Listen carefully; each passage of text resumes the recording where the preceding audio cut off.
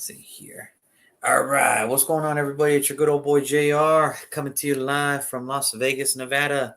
As always, we are here on this crazy journey called the 2023 NFL Draft.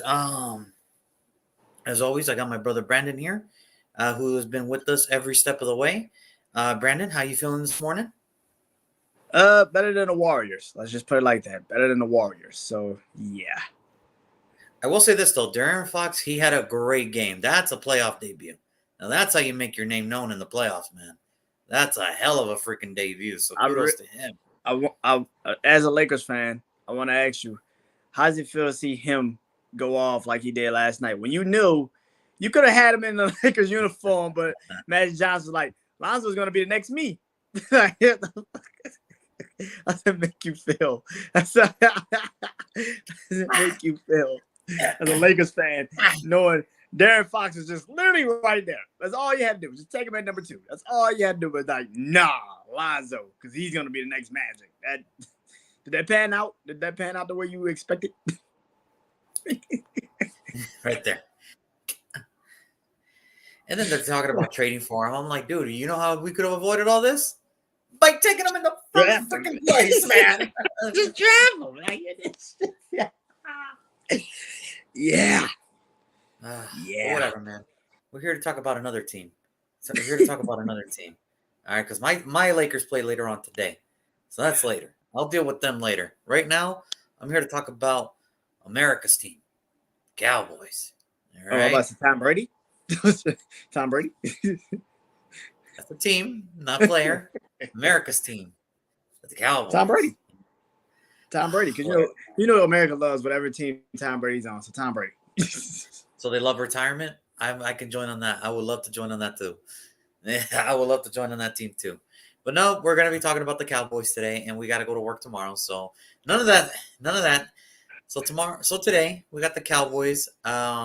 Listen, man, really good year. 12-5, possibly could have won the division if it wasn't for the Eagles just having a great freaking year. I mean, just great, man. Just really great year. But overall, this team, I'm going to tell you right now, man, this team, they're on the right path, man. They're on the right path, and I think this team is having a heck of an offseason, all right? But we're going to recap their season that just ended. So, after having the 4th best offense, 5th best defense, the Cowboys just looked like one of those teams that when they on it, they looked on it. They looked unbeatable. You could not stop it. You couldn't do anything. They did everything they could to get this thing going. Dak Prescott, really down year, though, opposed to others. Now, injuries might have been concerned, and the one thing that Dak was not really known for, and he did, was turnovers. Dak's not known to turn the ball over. 2,860 yards, 23 touchdowns, and 15 interceptions. Really bad year. Obviously, injuries might be a concern. Rustiness might be a concern. But overall, it was just really not good. It was really not good. And hopefully next year, healthier, and with the moves they did, hopefully Dak can actually improve his play. Because let's be real now. Dak is now heading into that territory of, all right, man, your contract's almost coming up, and you need to kind of prove it now. So next year's kind of like a big deal for him. It's kind of a big year for him. So winning the division is probably not going to be good enough, especially when we're done talking. You'll see why. Now, the man that me and you believed should have been the starting running back for quite a long time now, quite a while. He led in rushing, to go along with 39 receptions, 371 yards, 3 touchdowns. This dude's the total package, man. He can run, he can catch. You know, he found the end zone 12 times last year. You know how hard that is to do. You know how hard it is to find to be in double digits in total touchdowns from a non-quarterback. It's pretty hard. Yeah. And we have to really start looking at Tony Pollard as, hey, he's going to be up there soon. He's going to be up there soon with one of the better running backs in this league. He just needs to be given a chance. They gave Ezekiel Elliott all the chances in the world. And honestly, this is probably gonna be the whole reason why your offense is gonna be magnificent next year is because of Tony Pollard. He's the machine that makes this offense go. And then obviously, CeeDee Lamb, his first year as being a wide receiver one, not a bad debut. Not a bad debut. 107 receptions, 1,359 yards, 9 touchdowns. So overall, this team has talent, man. They always have the talent. There's just certain obstacles that they can't get out of the way. Sometimes it's themselves, sometimes it's great teams, and sometimes it's just bad luck. That's really what it comes down to for the Dallas Cowboys. It's just one of those three elements. Now, defensively, they did everything they can. It's coming together. It's starting to come together. Donovan Wilson, the safety, led the team in tackles, 101. 7 of those were for losses, 5 sacks. Yes, 5 sacks as a safety, 1 interception, 2 pass deflections, 2 forced fumbles, 1 fumble recovery. Lo and behold, wouldn't you know it, Atlanta? Micah Parsons led the team in sacks. They led the team in sacks. Wouldn't you behold it? He could play him inside. He could play inside linebacker. He could play outside linebacker. He could play edge. But you don't need that. You don't need that. You don't need that. Atlanta. I don't need it either in my life. So I'm happy that he did all that for Dallas. Yeah, exactly. So he finished the year with 13 and a half sacks, which, by the way, he was runner-up for Defensive Player of the Year. So, just saying. 13 and a half sacks, 13 tackles for losses, 3 pass deflections, 3 forced fumbles, 3 fumble recoveries, and he had that 1 amazing touchdown return. I forgot, but he picked it up and he ran it for 36 yards back, and then Darren Bond, Darren Band, I should say, 5 interceptions. Like this team has talent, guys. This team has talent. It's just there's always an obstacle in their way where it's just sometimes it's just too much even for them. So Brandon, in one word, tell me about those Cowboys. Talented but undisciplined. I think they're talented but they're undisciplined. They have games where they just, like you said, they just sometimes had bad luck. Yeah, bad luck comes into play, but some of those situations, you draft a rookie tackle who had problems with penalties in college. You draft him, he leads the league in goddamn offensive holding. It's just like shocker, like shocker. That's so shocking. I did not see that coming. It's just they're undisciplined, man. It's just they also have a lot of bad, like a lot of the times they just do stupid damn things, just stupid plays. And maybe that's because of their head coach. Maybe their head coach doesn't literally, we laughed about this literally a couple of days ago when we were talking about the last play for Ezekiel Elliott was him being a fucking center. like, what is that? Like, what the fuck is that? Like, it's not his job. That's never been his job. It just didn't make any sense. I don't understand it. Yeah, talented, but undisciplined. They have a lot of great talent, but just when it comes to that time, they have games where they just are undisciplined. And you're just like, how the fuck is that possible? Like the San Francisco game 2 years ago when they was in the playoffs, too many damn penalties. It didn't make any sense to have those many penalties killing you in the playoff games. Or running a play and telling your quarterback to kneel when you have no timeouts and you're going to have to spike the ball. That just makes no sense. It just, they do this to themselves, and we can't even get mad at it because it's just like that's what's supposed to fucking happen. I mean, because it's Dallas, they fuck up, and so yeah, all the talent in the world, they're just undisciplined. Yeah, it's very hard for me to believe that Mike McCarthy is still the head coach. Yeah. I was on the show last year, and I said if that's the play that you approved, you have to get let go. Yeah. The last play of your season, you put Ezekiel Elliott under center. So 2 years in a row, you approved these plays. 2 years in a row, It looks so stupid. Why does this man have a job? Why? Why?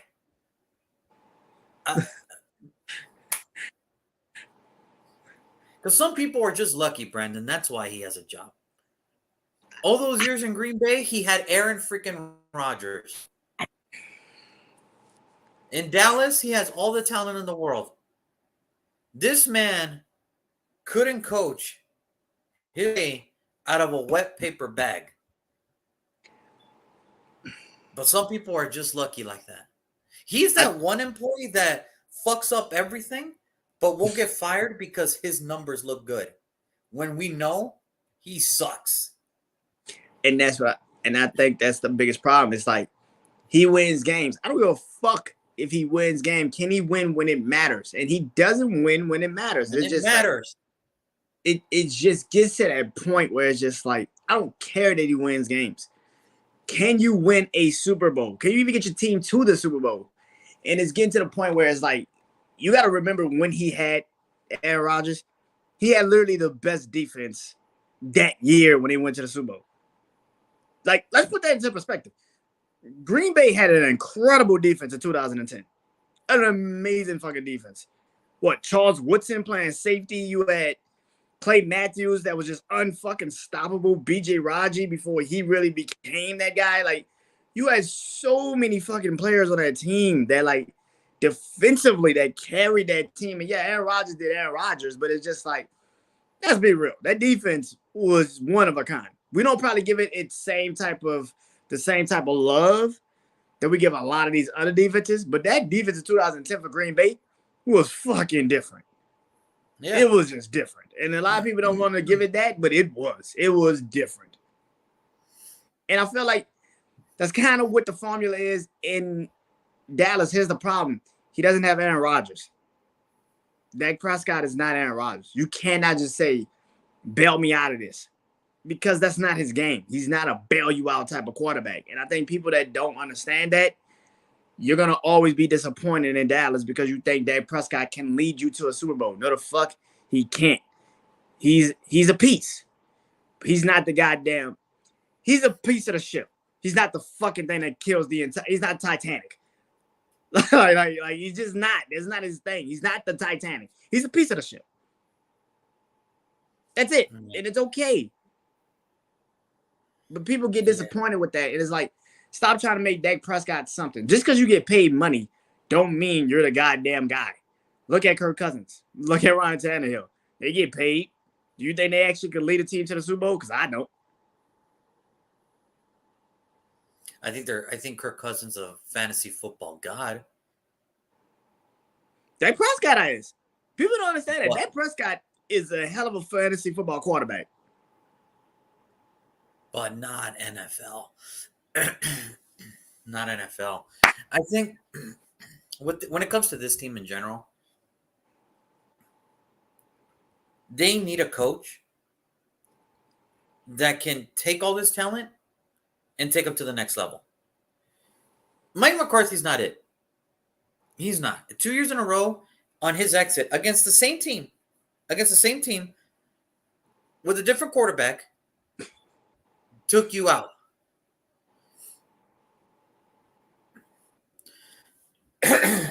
Last year, it was Jimmy G.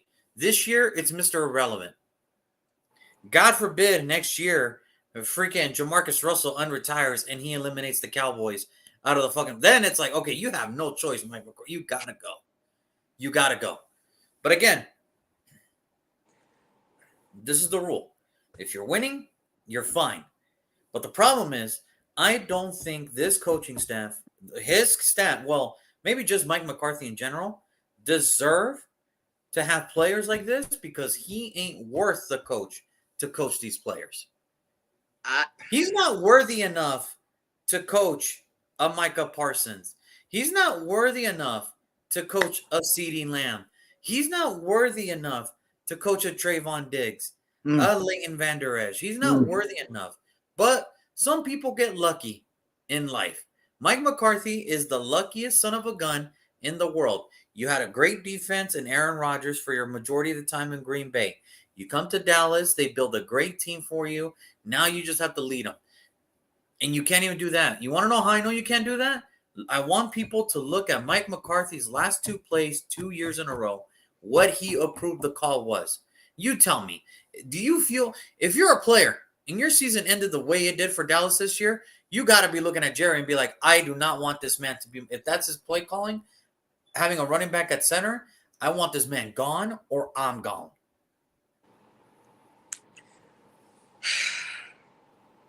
Imagine Amari Cooper. His last play was watching his quarterback do a quarterback sneak, not get out of bounds. And then he's the one that has to go. He's like, I got to go? I got to go. Really? I got to go? We could go in circles about Dallas and why they just don't live up to their potential. We could say it's Dak. We could say it was Ezekiel.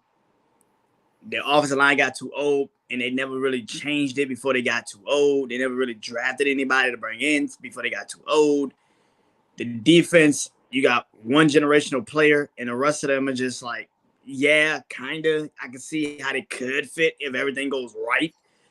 We could go around in friggin' circles. One thing I will say is this: that defense played absolutely fucking fantastic in that in that divisional game. If San Francisco, even if they had a veteran quarterback, I think the game would still have been that damn close because that defense just did not let up. They did not let up. And for that, you got to give Dan Quinn his respect. Mike McCarthy, the ball is in your court because you got rid of so-called the problem, and that's Kellen Moore. Well, you got rid of him. He's gone. This offense is yours. I want to see what you're going to do. We also got to put into perspective, Tony Pollard is coming off a torn ACL, so we don't know when he might be able to be ready for football. Yeah. So we got to see how this offense is really going to look. So I'm not going to sit and say Mike McCarthy is. Listen, I'm one of those. Just kill it. Like I don't got time for you trying to figure out some shit. If my team is already bad and I already know what one of the problems is, and that's the head coach, I'm getting rid of the goddamn head coach. I ain't got time for this. Well, maybe they could turn it around. Fuck that. We'll turn it around when he's gone. I'm not dealing with this extra. Jerry Jones, we know that Jerry Jones is a creature of habit. He wants what he wants. And Mike McCarthy is somebody that like I said, he got rid of his so-called son, Kellen Moore, to please Mike McCarthy. So clearly there's something that he's just tied to. Maybe he got pictures of Jerry Jones. I don't know. He got more pictures of him probably watching kids coming to schools. I don't freaking know. It just, I don't know. It's something because there's no way in hell Jerry Jones was just like, yeah, I'm going to keep Mike McCarthy. Like, it's just, nah, I just don't see it. He's got something on him. He's got something on him. He has to. It kills me to know that Jerry Jones, a man of that caliber, knowing how your years ended 2 years in a row against the same team, two different plays that he approved that were so stupid that a year ago we said that has to be the stupidest play call in the world. You know what we said this year? You want to know how long I had to wait to say that? 1 year later, on the same team, against the same situation, that has to be the stupidest call ever seen. Mike McCarthy, I'm going to say it to all YouTube world, and I hope every Cowboy fan hears it, and I hope Mike McCarthy's son, his daughter, his mama, his wife, everybody hears it. Your husband, your dad, your son, your uncle has to approve those 2 plays in the world, has to be the stupidest man on the planet and the luckiest man to have a job to make sure that you guys live in a beautiful fucking home. And I need people to understand something. I don't want to hear that shit. But that was Colin Moore calling no plays. He still had to approve the fucking play.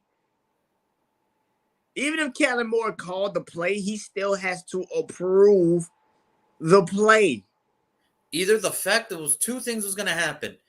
Kellen Moore was either trying to get himself fired 2 years in a row because he can't deal with his shit, and it's probably good for him, or he called these 2 plays in a row to either get Mike McCarthy fired. But either way, Kellen Moore was going to get what he wanted anyway, to either be the next head coach of the Dallas Cowboys or to move on. Okay? Yep. That was it.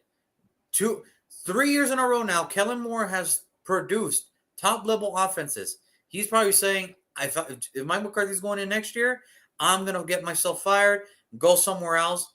Imagine this. Imagine the Chargers offense is so incredible, but that defense is so shitty. You don't think Dean Spanos is looking at it and be like, Brandon Staley, you're out. Kellen Moore, you're my new head coach. Find myself a badass defensive coordinator and fix this shit. But I'm going to say it again. Mike McCarthy is the luckiest, stupidest son of a gun in this fucking planet. Okay? That's all I have to think. That's how I think of Mike McCarthy. I remember when he got fired from Green Bay, and the reports was he was learning new offenses, he was learning new methods, he was learning new ways to do things. And he gets a job at Dallas.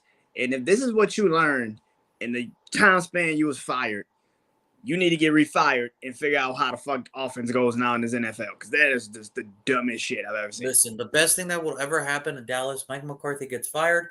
Mike McCarthy goes far away from Dallas as possible. And, go to Costa Rica, buy yourself an island and stay there. And just stay away from football. We have this conversation, right? We talk about this a lot, right? Where we say there's certain people that should just be offensive coordinators and certain people that should be defensive coordinators, not head coaches. Mike McCarthy is making me feel like he is leaning really into the category of you should just be a coordinator, not a head coach. I know people coordinator. I wouldn't even trust him with my whole offense. You want to be something? Here, be my equipment manager. If you can't handle that, then you know what? I think you should just stay away from football in general. Mike McCarthy is the luckiest son of a gun in the whole fucking world. And don't give me the boo-hoo. Well, look where he came from and watch America's game. I don't give a shit. He had a badass defense. He had a young Aaron Rodgers. He got carried by Aaron Rodgers and Devontae Adams for all those years. Yeah. Then when everything started going south, he couldn't handle it. When it was time for him to put the big boy pants on to make the tough decisions, he couldn't do it. Green Bay let him go. He relieves the game for 1 year. He comes to Dallas. And this is how he wants to end his season 2 years in a row against the same team. One against Jimmy Garoppolo, one against Mr. Irrelevant. Your first one was to have a quarterback sneak with 12 seconds. Your second ending season was to have your running back at center. I think this man not only should this man be stepped away from football, somewhere in Dallas has to be a mental institute so where they can strap him up and get him checked out. Because I have a feeling he has CTE. God damn. This man does not need football. He needs a therapist and Jesus. That's what he needs. He needs a therapist and Jesus. Wow. Football. He needs therapist and Jesus. All right. He needs to find another line of profession. Wow. And I'm so happy that Kellen Moore gets another opportunity somewhere else. Dan Quinn is probably going to be the head coach next year. Who's next? I do not doubt that. I do not doubt that. I don't doubt that at all. Yeah. So there it is.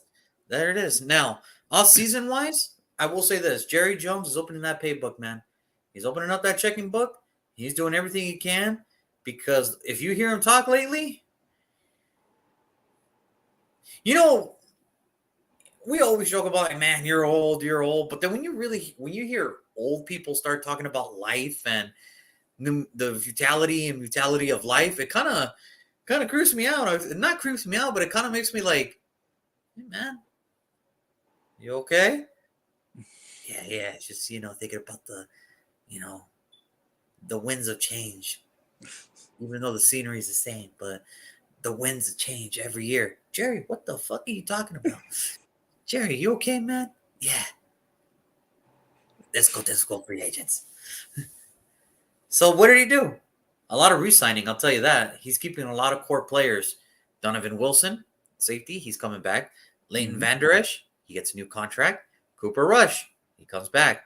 Dante Fowler Jr., he's coming back. Jonathan Hankins, he's coming back. CJ Goodwin, the slot corner, he's coming back.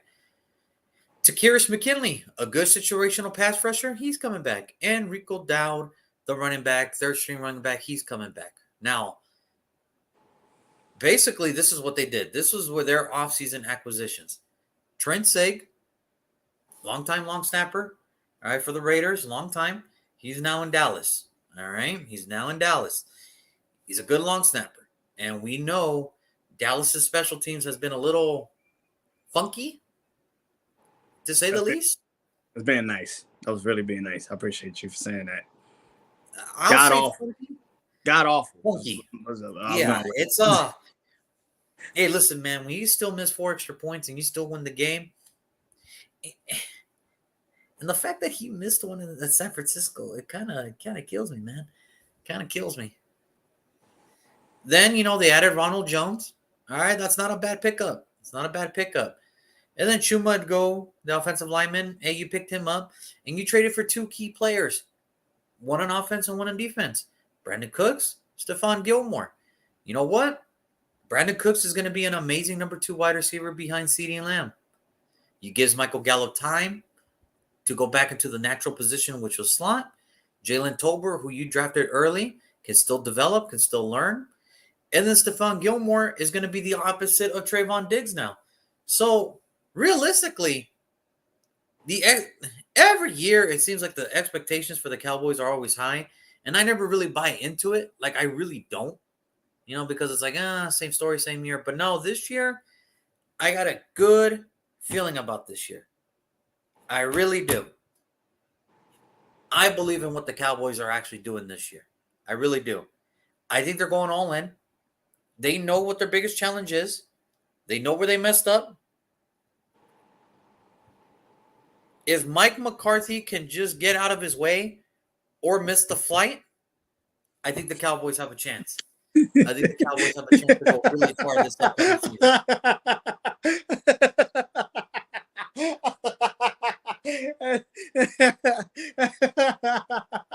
I gave him the wrong travel information. Yeah, you got flight 41A. But Barry, the flight says 39. Shut Look at you trying to read. Trying to read paperwork. Right.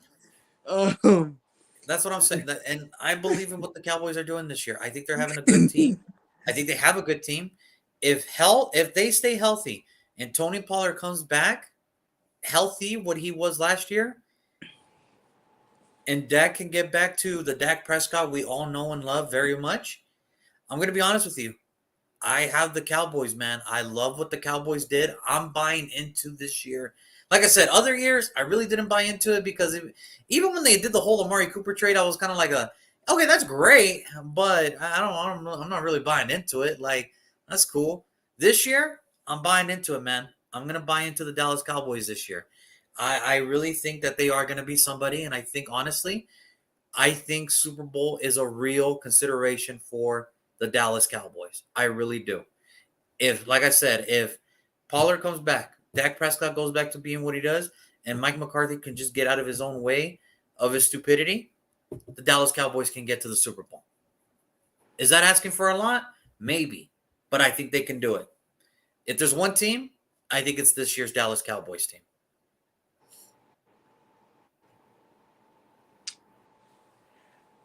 I'm not on the Super Bowl train. I'm not on the Super Bowl train. I'm one of those. I gotta see how this all looks before I jump out there and do the Super Bowl train. Do I think they make it farther in the playoffs?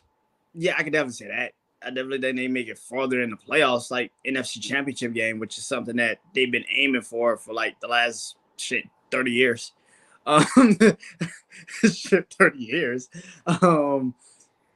I think the NFC East is going to be an interesting division. I think we feel like the Giants are going to regress, which I think we all agree.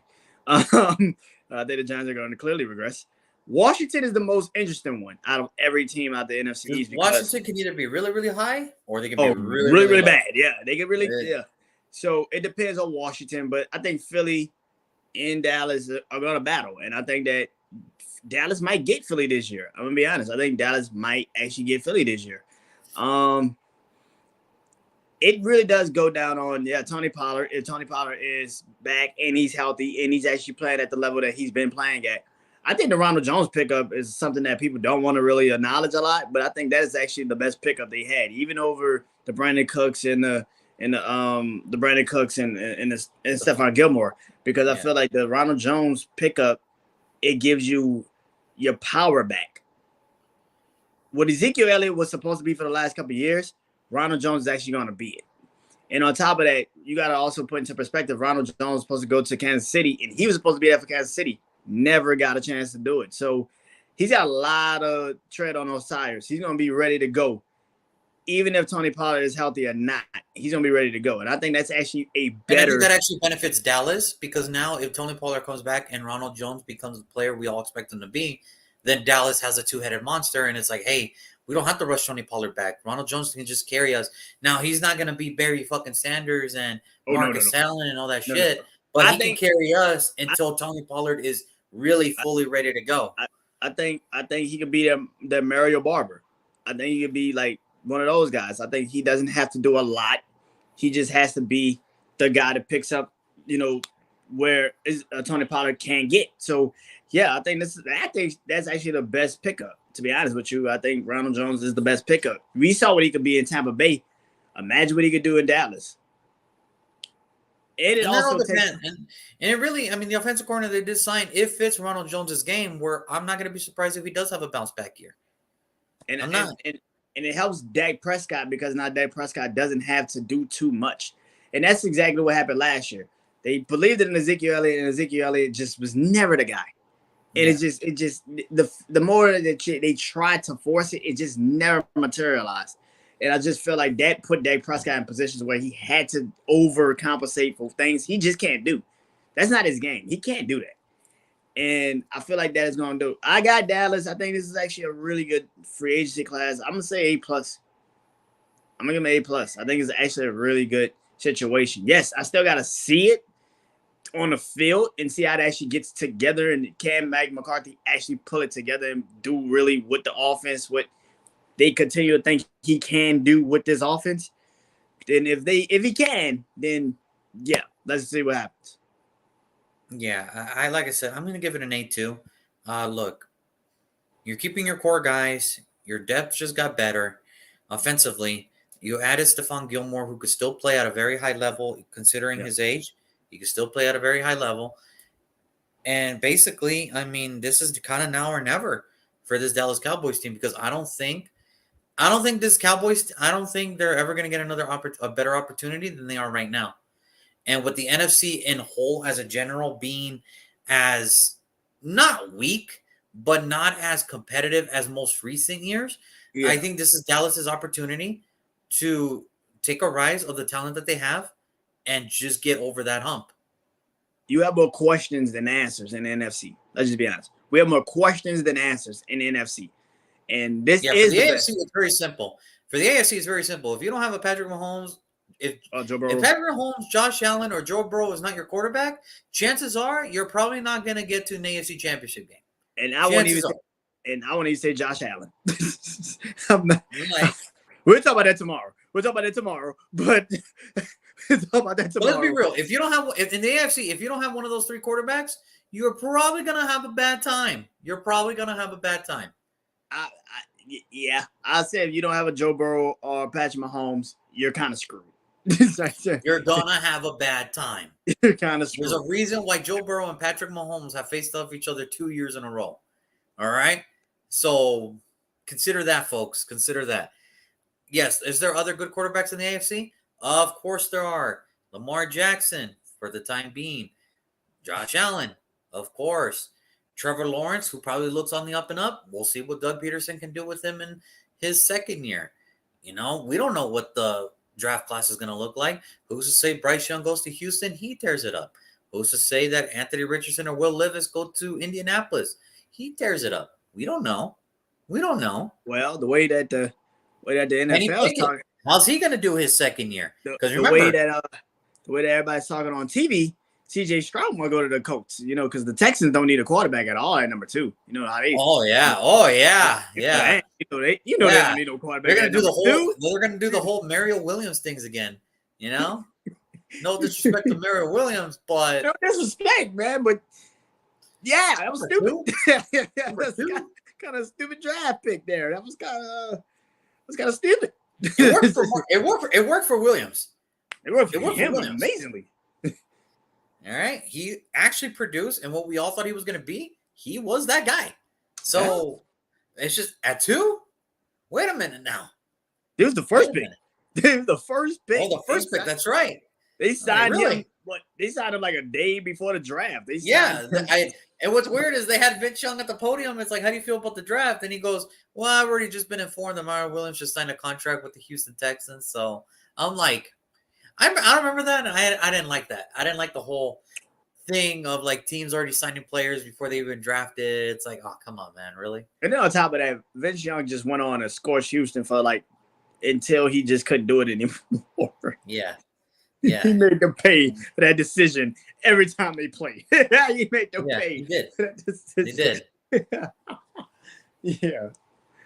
It's weird, man. It's weird, but yeah, like I said, hey, you know what? Honestly, if Will Anderson goes to Houston, better chances for me for getting CJ Stroud or AR or Will Levis, whatever. I like how you had to downplay the Will Levis. He's like, oh, Will Levis, I guess, yeah, that's cool too. I guess I'll take that guy. I guess that's cool. No, honestly, to me, it's defense or nothing for the Raiders. They can't do. They need defense, man. They need defense. But anyway, it is time to reveal our 26 picks. So yeah, here we are, man. This is the last week. This is the last full week of the NFL mock draft. Next Sunday, we have our super draft show. So I'm going to get prepared and texting people on who wants to show up. It's going to be, like I said, it's going to be a little different. And I will explain that to you guys on the day of the show. And we're going to have a good time. It's going to be a fun time, man. It's going to be a fun time. So tell your friends, tell your family. A bunch of us are going to get together. We're going to try to put the perfect mock draft for you guys. So you guys don't have to watch night 1. You already know who you guys are going to take. Nah, who am I kidding? Still watch it. It's going to be fun. It's going to be fun. Our draft is going to be way better. Yeah, our draft is going to be so much fun. All right. We're not going to have all those empty spaces. We're going to definitely know who we're going to pick. Exactly. We're just going to go right into it. Right. But that's next Sunday. That is next Sunday on the 23rd. So we cannot wait. But Brandon, it is time to unveil the Dallas Cowboys pick. So Brandon, who is going to be the next Dallas Cowboy? All right. In this year's draft. All right. With pick 26 in the 2023 NFL draft, the Dallas Cowboys will select Darnell Washington, tight end, Georgia. The dude is 6'7", 245 pounds. He can block like a freaking offensive lineman, and he can catch like a real tight end. You need a Jason Witten, Dallas. I don't know if you realize that, but you need your Jason Witten. You haven't had that in a minute. I know Dalton Schultz made you feel like you did. Nah, he couldn't really block like that. He was a receiving tight end. He couldn't block like that. And you've been trying to get those guys for the last couple of years. Maybe Jake Ferguson does great like next year. Or maybe he doesn't. And that's kind of where I kind of am at with it. Whereas for Darnell Washington, you've seen him do it at Georgia. You know what this man is capable of. And I feel like at the end of the day, he fits Dallas way more than anybody does. Doesn't he? Like he does. Doesn't he just feel like a Dallas guy? An old Dallas tight end, the Mike Dickers, like a Jason Witten. Don't he feel like that? Because that's what he is. And I think that he's going to fit perfectly in Dallas. And plus, you got Brandon Cooks. You got CeeDee Lamb. Michael Gallup should be back to normal after a torn ACL, which takes a while to get back into it, especially if you're playing football. You don't have – Dak Prescott loves tight ends. That's something a lot of people don't understand. He loves tight ends. That's his bread and friggin' butter.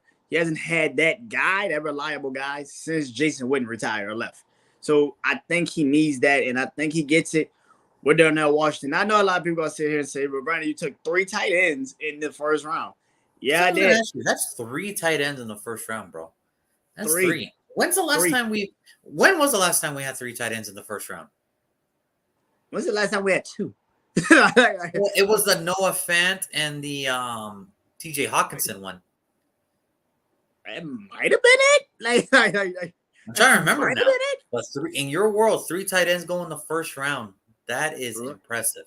That's because I think this is the best draft for tight ends, because for the first time you have actually real tight ends that can make a real difference. I think that's the difference. A lot of people don't want to admit it, but look at Kansas City. Like, who's the best player on Kansas City outside of Patrick Mahomes offensively? Travis freaking Kelce. That is literally the best offensive weapon. As long as you got Travis Kelce, Kansas City got a chance. Let's just be real. As long as Travis Kelce's healthy, oh, they got a chance. They got a chance. I think a lot of teams are realizing that. And that's something, again, like I said, Dak Prescott didn't have a lot of last year. Dalton Schultz was kind of in and out a lot last year. He really didn't do a lot. And it just seems like this is the perfect time. If you're going to get a tight end, this is the best tight end class I think we've had in years. And this is it. I mean, Dallas really don't have really any other options. I mean, well, they could go get linebacker. They could go get a defensive tackle. Maybe you go get another cornerback. I mean, Banks from Maryland is really good. But why mess up the core? Like, why mess that up for somebody that you might not use like that? Whereas for Darnell Washington, you're going to use him. You're going to use him immediately. And with that offense that you now know, if Tony Pollard does come back, he might not be 100%. You need a blocking tight end. You need somebody that's actually going to help him, not hurt him. And Darnell Washington, coming from Georgia, of all places, knows how to block for running backs. So, yeah, that's my pick for the Dallas Cowboys. I do not disagree with you one bit. I do not disagree with you with one freaking bit, because, I look at this team and I'm like, man, what do they really need? What do they really need? And, could they use Darnell Washington right away? Absolutely. Like, he would be an immediate starter right away. He would become best friends with Dak Prescott right away. He would get his thing going right away. And it's like you said, he's another offensive lineman that, he's a really good blocker. Now, I thought about it too. I'm like, man, I looked at the tight end and I'm like, Jake Ferguson could be somebody. I don't know. So is a tight end a very big need here? Absolutely. Absolutely, a tight end's a very big need here. However, when you look on the flip side of this thing, the one thing the Dallas Cowboys could not do, as good as Micah Parsons is and as good as everything else was and as good as they were to getting to the quarterback, the hardest thing they did have was stopping the run. Stopping the run, yeah. And it more so, it was in the middle. Mm-hmm. When they try to go away from Micah and try up the middle, Nevin Gilmore couldn't do anything. Jonathan Hankins couldn't really produce. They did good enough, but good enough is not going to get you to the next level. You need a stud in the middle. You need a stud in the middle. And for me, that's why I could have gone tight end tier 2, because remember, I still have Dalton Kincaid and Darnell Washington out there. I still got them. But I think at the end of this is what they need. They need to stop the run. They can do that, then I think they have a better chance, because they can always. If they get Darnell Washington, of course they're going to produce offensively. That's great, but they were already producing that without the tight end, without him. So it's only going to get better. It can't get worse. It's only going to get better. They need to stop the run.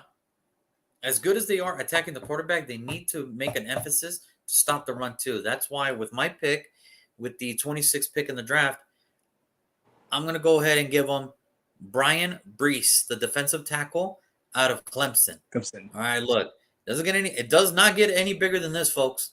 6'5", 305 pounds.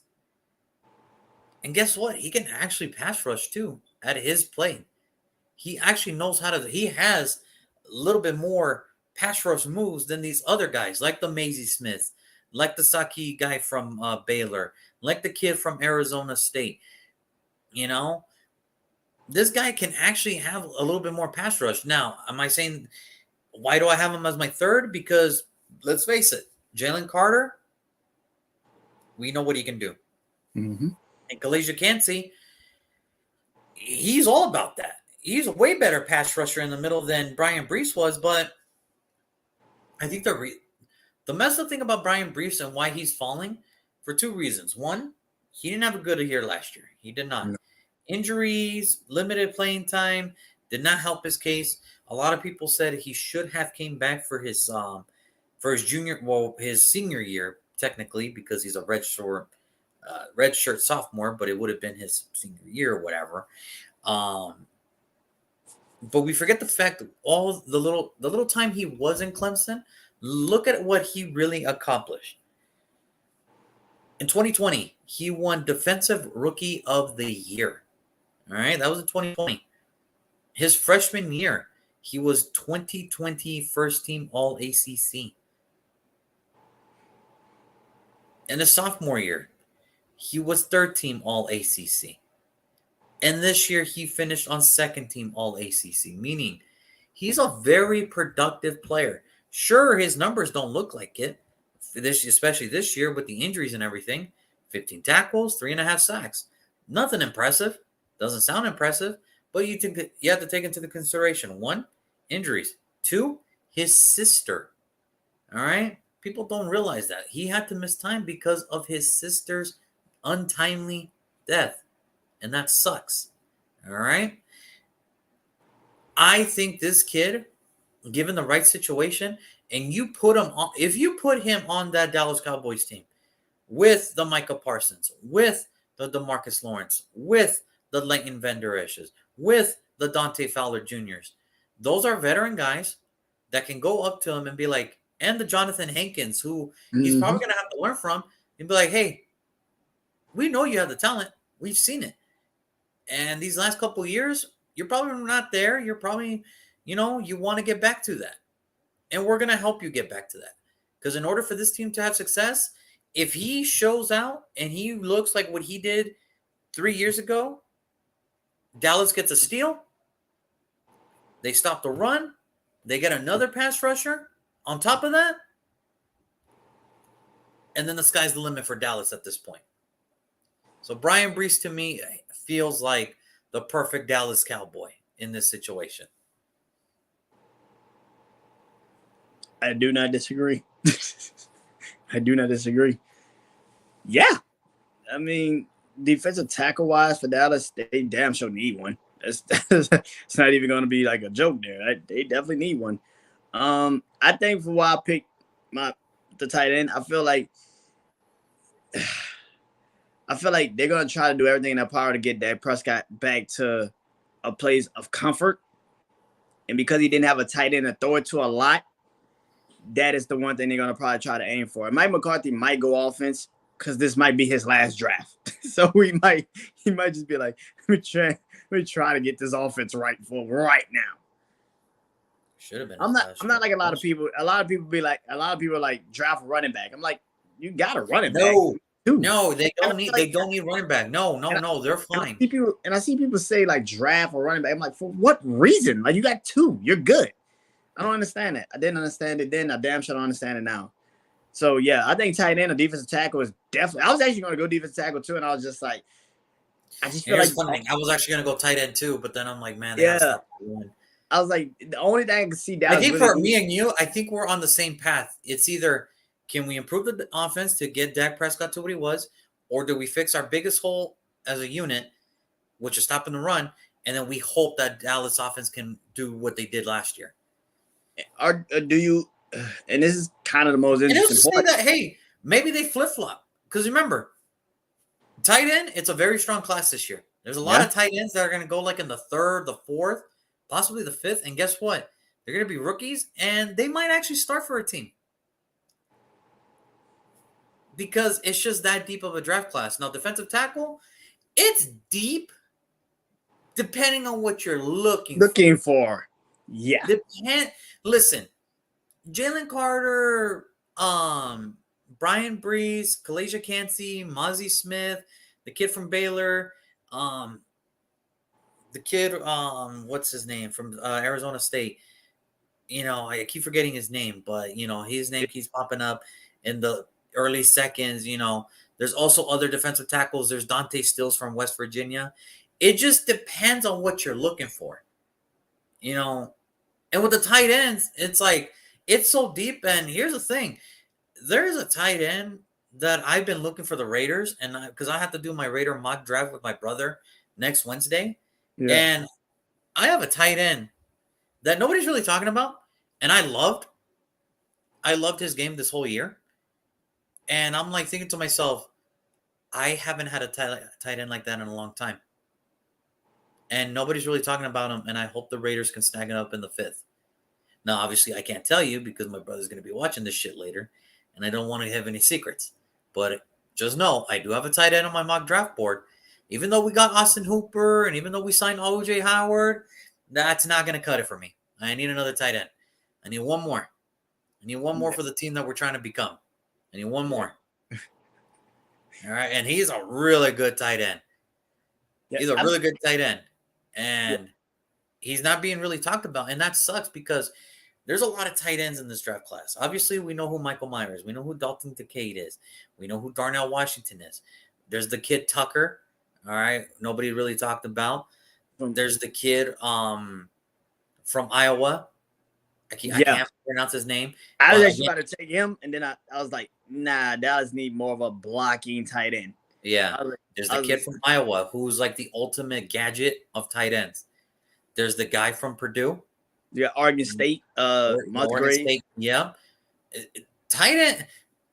We talked about 7 tight ends now who possibly are going to be day one starters. With defensive tackles, you have to hope that they work out for you. Yeah. So you might as well just get the one that has the talent now. But it depends on what you're looking for. So I don't know. I think I think me and you are in agreement. It's either going to be tight end or defensive tackle, just who's left. Because remember, at 26, a lot of shit can happen between now and then. A lot of trades can happen. A lot of movement can happen. And a lot of these shits are probably going to dictate on which way the draft's going to go for Dallas if they stay put at 26. Hell, who's to say they're not the one team that trades up early and they get a Michael Meyer, they get a Calais Cansey, or let's say Jalen Carter is falling and they want to get him. You know, we know Jerry loves the big names. Who's to say he'll do it? Because, I mean, he still has that whole regret of passing up 2 players twice in his tenure. Warren Sapp and Willis McGinnis. Remember, Willie McGinnis was supposed to be a Cowboy. But because he didn't want to pull the trigger for New England took him. I would too. I would fucking too. He was a really good football player coming out of USC. I would too. And there's another one too. Randy Moss. You don't think Dallas has any regret not taking Randy Moss? Come on. I say Randy Moss. Yep. So I think Jerry Jones has to just be like, hey, look, man, we got to go BPA here at 26. But if one superstar's falling and the price is right, we got to take a look at it. We have to take a look. I could see Dallas being a big player, especially knowing that they're this close to their goal. They're this close to their goal. Yeah, I mean, Dallas been around so long that you gotta forget that they actually had a lot of chances at a lot of goddamn great players, like Jerry Rice. It was like, wait, Jerry Rice, a Cowboy? Like, what the fuck is that? And you hear that shit, like, it almost happened. Like, you hear that shit, you're like, what? Jerry Rice could have been a Cowboy, and they just passed up on him. It's just like, yeah, shit happens. I mean, yeah. They did take a wide receiver though, just not Jerry Rice. Yeah, that's yeah. Just saying. They did take a wide receiver. It just was not Jerry Rice. How bad is it got to be for that receiver to be like, you know, I was in the same draft class as Jerry Rice. Really? What team you went to? The Cowboys. Well, you tell me the Cowboys had a chance to draft Jerry Rice and they drafted you? I was pretty good. Not like Jerry Rice good. Like you like it's not like Jerry Rice good. Like you you made it a couple passes. It baffles me when I see players like the Justin Jeffersons, the Randy Mosses, the Warren Sapps, where it's like they put up huge numbers throughout their whole life in college, and the second they want to turn pro, there's doubt. And I'm like, what's the doubt, man? Randy Moss put up numbers at Marshall. How the fuck you didn't think he could be a great quarterback? Like, how did you say, I don't think he's ready? What the fuck are you doing? He put up numbers at Marshall. Like, come on, bro. That's some shit. Just be like, come on, like really? Like we haven't. I want This people is to a hard understand this. conversation to have. Like, This is what I want people to understand. This is what I want people to understand. Randy Moss, at his time in Marshall, almost put up 200 yards a game at Marshall University. with Chad Pennington throwing him the fucking football. It's like, come on. You know, and here's the thing. Well, he went to Marshall. We don't think he been 11 guys in every country said we got to stop Randy Moss. And he couldn't even do that. Get out of here, dude. Get out of here, bro. I remember that rumor. Yeah. They were trying to get Randy Moss to come like to the Jets or the Dolphins, just team up with Chad Pennington. Yeah. I was like, yeah, that's not gonna work. I was like, yeah, it ain't gonna work. These are two different entities. Like this Randy Moss probably asked, hey, do you want to team up with your old college quarterback? I'm good. I'm good. Give me Tom Brady. I'll be all right. I'll be all right with Tom Brady. I don't get it. And then Justin Jefferson, it's like, how did you not think he was gonna be good? Like, what was the doubt? What was the doubt? Why were a lot of people in that mock draft saying he's the 5th best wide receiver? Fifth. Listen, I can understand, CeeDee Lamb. All right, I get that. That's fine. The fact that there was people that actually did power rankings that had Denzel Mims, Henry Ruggs, Brandon Ayuk over Justin Jefferson made me think, I think I have to do a really good job, and I hope this takes off because I need to put perspective into some people's lives, all right? Some of these old heads are getting a little cuckoo out there, man. Just a little bit. But whatever, man. One man is not even in the league anymore. One is barely in the league, Denzel Mims. I mean, he's with the Jets, but nobody really knows his name like that. Brandon Ayuk is now kind of starting to turn it around. And CeeDee Lamb, is a number one. But it was a question if he could even be a number one. I think Skip Bayless had the gall to say, you know what? I think Jalen Reagor, I know Justin Jefferson was the man at LSU and everything, but I think Jalen Reagor was the better choice. Get the fuck. Now he's carrying Justin Jefferson's pads in Minnesota. Get the fuck out of here. Jalen Reagor. Yeah. If Philly had, let's put this in perspective. If Philly had Justin Jefferson, Devontae Smith, and AJ Brown as receivers, I wouldn't want to play Philly ever in my life. Like, I was just like forfeit. I wouldn't want to play these dudes. Like, this shit's like, how much more do you need to just be like, I quit? Like, I quit. What the? Like, who is guarding these dudes? I quit. Like, I'm not doing this shit. You're gonna run the 1-1-9, one defensive lineman, one linebacker, and nine secondary. Everybody's getting double teamed. What's this? This makes no sense. There's not enough defense that can guard all three of those dudes. Like, they're gonna do they're gonna create a new defense. It's called the freaking 3-8. 3 linemen and 8 secondary. Everybody's getting double teamed. Like shit. Oh my god! Like it. All right. Would Jalen Hurts could run the ball too? It's just like all right. You two get this guy. You two get that guy. You two get that guy. You safeties just watch out that Jalen Hurts is not running around back there. All right, and break. Like hell no. That's the best thing that ever happened. Imagine if they did that. Imagine if they said, we're going to put Justin Jefferson with the Philadelphia Eagles. And then next year they're going to draft Devontae Smith. And then next year they're going to trade for A.J. Brown. Like, what the fuck is going on?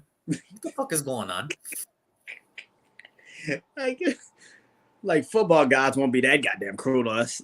Like, the football guys wouldn't be that cruel. Like, would they? Like, would they be that cruel? I would throw up knowing how they are now. Like, what? Like, they're fast. They're really, really fast. We can't stop them.